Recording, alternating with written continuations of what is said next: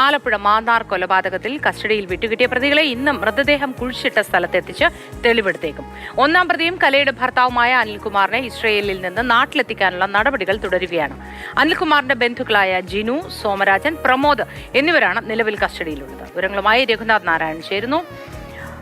Raghunath, good morning. ഈ എപ്പോഴത്തേക്ക് തെളിവെടുപ്പിനായി പ്രതികളെ കൊണ്ടുവരുമെന്നാണ് കരുതുന്നത്? തുടർന്നുള്ള നടപടിക്രമങ്ങൾ എന്തായിരിക്കും?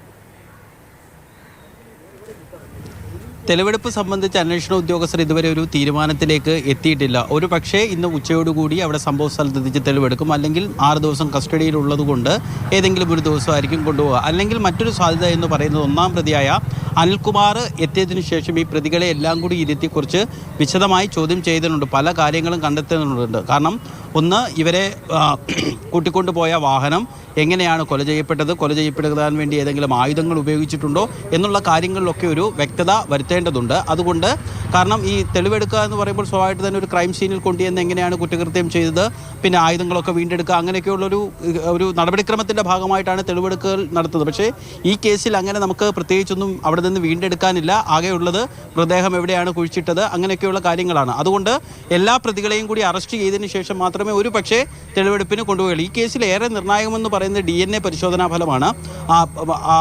അനിൽകുമാറിൻ്റെ വീട്ടിലെ കക്കൂസ് മാലിന്യത്തിൽ നിന്ന് ലഭിച്ച സാമ്പിളുകൾ പരിശോധനയ്ക്കായി അയച്ചിട്ടുണ്ട്. അതിൻ്റെ പരിശോധനാ ഫലം ലഭിക്കാൻ ഏകദേശം ഒരു മാസത്തിനടുത്തെങ്കിലും എടുക്കുമെന്നാണ് അന്വേഷണ ഉദ്യോഗസ്ഥർ തന്നെ പറയുന്നത്. അതുവരെ ഈ പ്രതികളെ കാര്യമായി ഒന്നും ചെയ്യാനില്ല എന്നുള്ളതാണ് വസ്തുത. പക്ഷേ ഈ കേസ് തെളിയിക്കണമെന്നുണ്ടെങ്കിൽ ശാസ്ത്രീയമായ തെളിവുകൾ വേണം.